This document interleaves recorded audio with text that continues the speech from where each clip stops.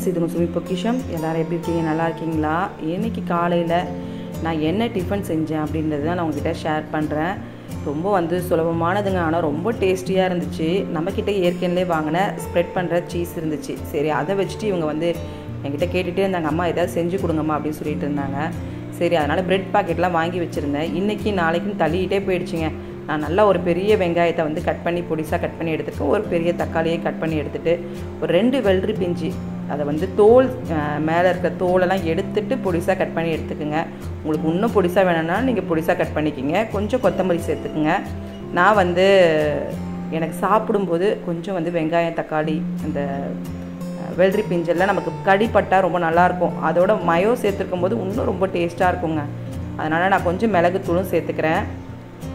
நீங்கள் உங்களுக்கு chilli flex வேணும்னா நீங்கள் அது கூட சேர்த்துக்குங்க. எங்களுக்கு அதெல்லாம் வேண்டான்னு சொல்லிட்டாங்க ரேஷ்மா டேரன். அதனால் சில்லி ஃப்ளெக்ஸ் நான் சேர்த்துக்காமல் மிளகுத்தூள் தான் எங்களுக்கு எவ்வளோ காரம் தேவையோ அவ்வளோ நான் சேர்த்துருக்கேன்.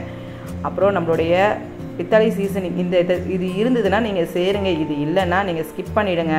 இதை சேர்க்கும்போது நல்ல ஒரு டேஸ்ட் வரும் உங்களுக்கு. ஏன்னா அதில் நிறையா இதெல்லாம் மிக்ஸ் பண்ணி வச்சுருக்காங்க. அதுலேயே உங்களுக்கு சில்லி ஃப்ளெக்ஸும் இருக்குது. அதனால் நான் அதெல்லாம் எதுவுமே சேர்த்துக்கல. நான் ஒரு பாக்கெட் மயோ வாங்கி இருந்ததுங்க. அது அப்படியே எனக்கு கரெக்டாக வந்துச்சு. நான் வாங்கியிருக்கிறதெல்லாம் சின்ன பாக்கெட் தான். அதனால் நீங்கள் பட்ஜெட்டில் நீங்கள் பார்த்து வாங்கணும் அப்படின்னா சின்ன சின்ன பாக்கெட் வாங்கிட்டு நீங்கள் ஒரு தடவை செஞ்சிங்கன்னா கரெக்டாக நமக்கு தீந்துடும். எக்ஸ்ட்ரா வாங்கி ஃப்ரிட்ஜில் ஸ்டோர் பண்ணி வைக்கிறதுக்கு இஷ்டம் இல்லை அப்படின்னா, இல்லைன்னா பெரிய பாட்டிலே வாங்கிக்கிங்க. டப்பாவே இருக்குது பெருசு. நான் ரீஃபில் பாக்கெட் தான் வாங்கியிருக்கேன். மயோ எவ்வளோ தேவையோ அதுக்கேற்ற மாதிரி உப்பெல்லாம் எதுவுமே சேர்க்க தேவையில்லை. ஏன்னா நம்மளுடைய மயோலையே உங்களுக்கு உப்பெல்லாம் இருக்கும். ஒரு மாதிரி ஒரு க்ரீமி டேஸ்ட் இருக்குங்க. அதனால் அதை சேர்த்துட்டு நல்லா மிக்ஸ் பண்ணிடலாம். நம்ம வேறு எதுவுமே இதுக்கு சேர்க்க தேவையில்லை. நீங்கள் வெறுமனே நீங்கள் இப்படியே சேலட்டாகவும் செஞ்சு சாப்பிட்லாம். ஒரு பவுலில் போட்டுட்டு நீங்கள் நிறைய காய்கறி வேணும் அப்படின்னா இந்த மாதிரி கேரட் கூட நீங்கள் சேர்த்துக்குங்க. நான் கேரட் சேர்க்கலைங்க. கேரட்லாம் வேண்டாங்க. நம்மளுடைய வெள்ளரி பிஞ்சு வேறு லெவல் டேஸ்ட் இருக்குது. அது சாப்பிட்றதுக்கு உங்களுக்கு நல்லா அப்படி ஜூஸினஸ்ஸாக இருக்கும். வெள்ளரி பிஞ்சு கேரட்னா கொஞ்சம் நறுக்குன்னு இருக்கும். அப்படி இல்லாமல் இருக்குது. அதனால் நான் இது சேர்த்துருக்கேன். உங்களுக்கு வேணும்னா நீங்கள் கேரட் சேர்த்துக்குங்க. உங்களுக்கு கோஸ் பிடிச்சிருந்தாலும் கோஸ் சேர்த்துக்குங்க. குடமிளகா இருந்தாலும் குடமிளகா சேர்த்துக்குங்க. நான் இதை எதையுமே சேர்க்கலை. இருக்கிறத வச்சு தான் நான் செஞ்சிட்ருக்கேன். இன்னும் எனக்கு காரம் போட்டுக்கணும்னு தோணுச்சு. அதனால் இன்னும் கொஞ்சம் மிளகுத்தூள் சேர்த்துக்கிட்டேன். நல்லா மிக்ஸ் பண்ணிவிடுங்க.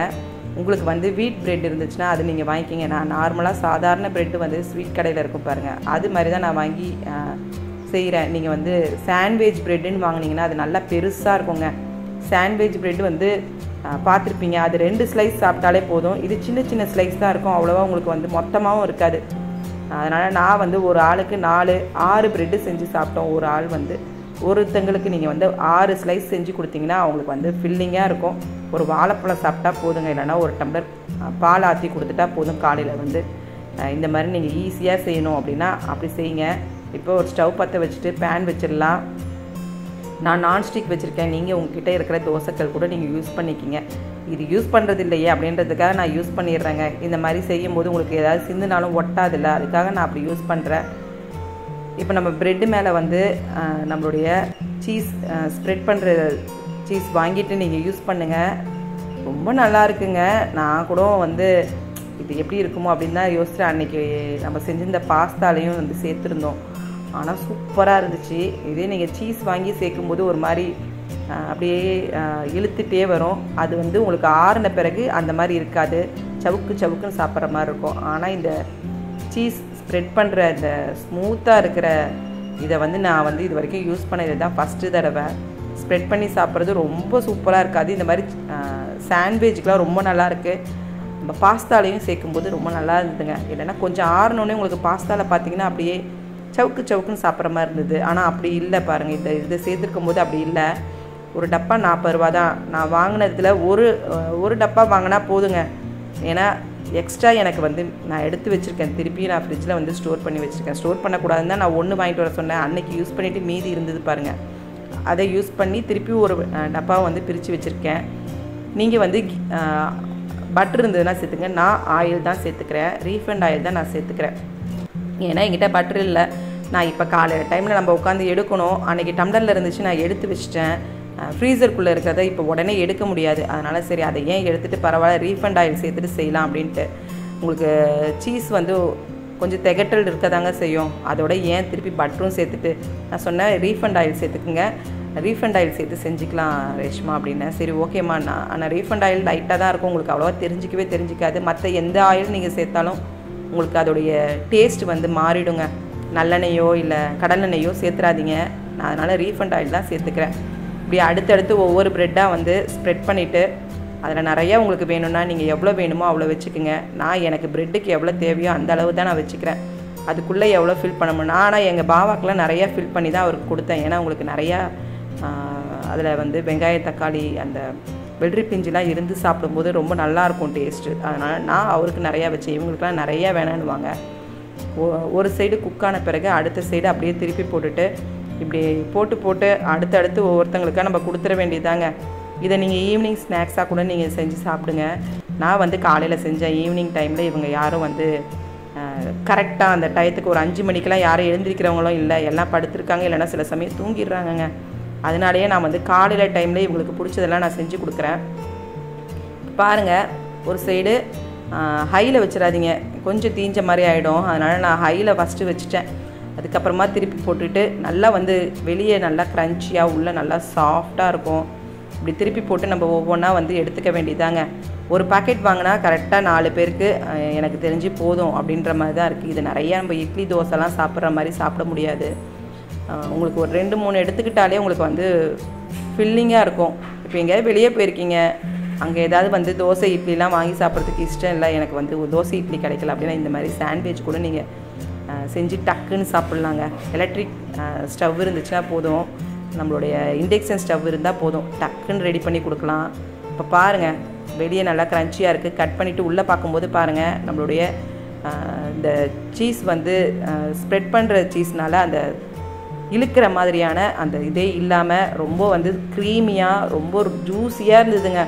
சரி கொஞ்சம் டெக்கரேட் பண்ணி கொடுக்கலாம் அப்படின்ட்டு ப்ரெசன்டேஷன் பண்ணுறது பார்க்கும்போது கொஞ்சம் இஷ்டமாக இருக்கும்ல, அப்படி தான் நான் வந்து கொடுக்கலாம் அப்படின்ட்டு. சரி உங்கள்கிட்டையும் காட்டும்போது எனக்கு தெரிஞ்ச ஒரு டிசைனை நான் வந்து செஞ்சுருக்கேங்க. இந்த ப்ளைட்டில் சாஸ் சேர்த்துட்டு இந்த மாதிரி நீங்கள் உங்களுக்கு எப்படி பிடிக்குமோ அப்படி செஞ்சுக்குங்க. அது மேலே கொஞ்சோண்டு கொத்தமல்லியை வந்து நான் வச்சேன். நான் கொத்தமல்லி சேர்த்துருக்கேன் பாருங்கள். இந்த சாண்ட்விச்சுக்கு நீங்கள் புதினா சேர்த்து பாருங்கள். அதில் ஒரு 2-3 புதினா போயிருந்தது, அது ரொம்ப நல்லா இருந்தது டேஸ்ட்டு. கொத்தமல்லியும் சேர்த்துக்குங்க, புதினாவும் சேர்த்து நீங்கள் மிக்ஸ் பண்ணிவிட்டு மயோவோட நீங்கள் சாண்ட்விச் செஞ்சிங்கன்னா நல்லாயிருக்கும். இப்போ பாருங்கள், பார்க்குறதுக்கே ரொம்ப அட்ராக்ஷனாக இருக்குல்லங்க. அடுத்து டேரனுக்கு செஞ்சு கொடுத்துட்டு ரேஷ்மாவுக்கு செஞ்சு கொடுத்துட்டு நானும் வந்து உக்காந்துட்டேன். எனக்கு இந்த மாதிரி ஐட்டம்லாம் ரொம்ப பிடிக்குங்க. ஆனால் இதெல்லாம் சாப்பிட்டா ரொம்ப வெயிட் போடும். நம்ம நிறையா சாப்பிட்டா தான் அது வெயிட் போடும். சும்மா நம்ம செய்கிற வேலைக்கு இது வந்து அப்படி ஒன்றும் வெயிட் போடாதுங்க. அடுத்தடுத்து வேலை பார்த்துக்கிட்டே இருக்கிறவங்களுக்கு, இது உட்காந்தே இருக்காங்க பாருங்கள், அவங்களுக்கு தான் இந்த மாதிரிலாம் செஞ்சு கொடுத்தீங்கன்னா ரொம்ப வெயிட் போட்டுருவாங்க. வேலை செய்கிறவங்களுக்கு என்ன தான் சாப்பிட்டாலும் வந்து அப்படி ஒன்றும் வெயிட் போட்டுறாது. ஏன்னா நல்லா வந்து எனர்ஜெட்டிக்காக நம்ம வேலை செய்யும்போது ஓகே, வேலை செய்யாமல் உட்காந்திங்கன்னா வெயிட் போட்டுரும். பாருங்கள், காலைல டிஃபன் நான் வந்து இந்த சீஸ் சாண்ட்விச் பிரெட் தான் ரெடி பண்ணியிருக்கேன். சரி அதை தீக்கணும் அப்படின்றதுக்காகவே காலையிலே செஞ்சாங்க. ஈவினிங் டைமில் இவங்கெல்லாம் படுக்கவே ஒரு 4 மணி ஆயிடுறாங்களா, அப்புறம் அப்படியே டிவி பார்ப்பாங்க, இல்லைன்னா சில சமயம் தூங்க கூட செஞ்சிடுறாங்க. இதெல்லாம் 5 மணிக்கு சாப்பிட்ணும், 6 மணிக்கு சாப்பிட்டா அப்போ எப்போ நைட் வந்து டிஃபன் சாப்பிட்ற மாதிரியே இருக்காது. அதனால சரி காலையில் செஞ்சிடலாம் அப்படின்னு தான் நான் செஞ்சேன். ரொம்ப சுலபமானது. அது 40 ரூபா தான். அந்த சீஸ் ஸ்ப்ரெட் பண்ணுற சீஸ் வந்து 40 ரூபா 2 பேக்கெட் வாங்கிட்டோம். அதை வந்து 1 வாங்கினீங்கன்னா போதும், ஒரு பிரெட் பாக்கெட் வாங்கினீங்கன்னா போதும். வெங்காயம் தக்காளி, நான் பேசினாலே அது கத்த ஆரம்பிச்சுன்னு நினைக்கிறேன். வெங்காயம் தக்காளி மட்டும் கட் பண்ணிக்கிங்க. இப்போ வந்து சீசன் தான் உங்களுக்கு வந்து வெள்ளரி பிஞ்சு கேரட்லாம் வேணாங்க, வெள்ளரி பிஞ்சு வச்சுட்டு நீங்க செஞ்சு பாருங்க. வெள்ளரி பிஞ்சு சூப்பரா இருக்கு. வெள்ளரி பிஞ்சு தான் அதோட டேஸ்டே சூப்பரா இருக்கு. இன்னைக்கு காலையில எல்லாருக்குமே, இப்ப எங்க பாவா வெளியே போயிருக்காரு, அவர் வந்த பிறகு என்ன சொல்ல போறாரு தெரியல. சாப்பிடுவாரு, அதெல்லாம் பிடிக்கும் அவருக்கும். இதை சாப்பிட்டு ஒரு செவ்வாழை வாழைப்பழம் சாப்பிட்டா முடிஞ்சு போச்சுங்க. சரி அதனால காலையில இன்னைக்கு இப்படிதான் டிஃபன் செஞ்சிருக்கேன். இன்னைக்குதான் மாவு ஊற போட்டிருக்கேன். அடுத்தடுத்து மாவு அரைக்க வேண்டிய வேலை இருக்கு, மீன் குழம்பு வைக்க வேண்டிய வேலை இருக்கு. ஆமா ஒல்லியா இருக்கீங்க, நான் நல்லா குண்டாகணும் அப்படின்னா நீங்க இதெல்லாம் செஞ்சு சாப்பிடுங்க. வாரத்துல 2 தடவை சாப்பிடுங்க, நல்லா குண்டாயிடலாம். அப்படியெல்லாம் இல்ல, ஒல்லியாகணும்னா இது சாப்பிடலாம். ஏன்னா இதுல நிறைய வெள்ளரி மிஞ்சு தக்காளி எல்லாம் இருக்கு. சீஸ் போடாம பாத்துக்கலாம்.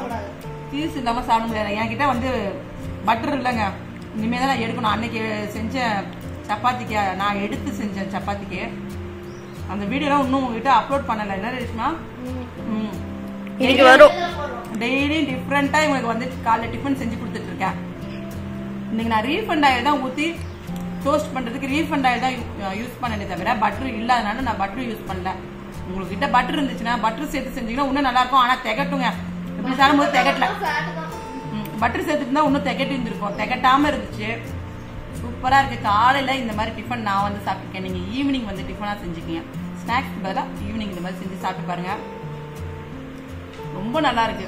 ஈஸியான ரெசிபி தான். உங்க வீட்டில் உங்க குட்டீஸ்க்கெல்லாம் செஞ்சு கொடுங்க, பசங்களுக்கெல்லாம் செஞ்சு கொடுங்க. அவங்க தான் ரொம்ப விருப்பமா சாப்பிடுவாங்க. மேகியை விட குயிக்கா செஞ்சிடலாங்க. எல்லாம் நறுக்கியாச்சுன்னா டக்கு டக்குன்னு போட்டு கொடுத்துடலாம். அதனால நீங்க ட்ரை பண்ணி பாருங்க. இந்த வீடியோ உங்களுக்கு பிடிச்சிருந்தா கண்டிப்பா லைக் பண்ணுங்க, உங்க ஃப்ரெண்ட்ஸோட ஷேர் பண்ணுங்க. அடுத்த ஒரு குக்கிங் வித் vlog நம்ம சந்திக்கலாம். தேங்க்யூ.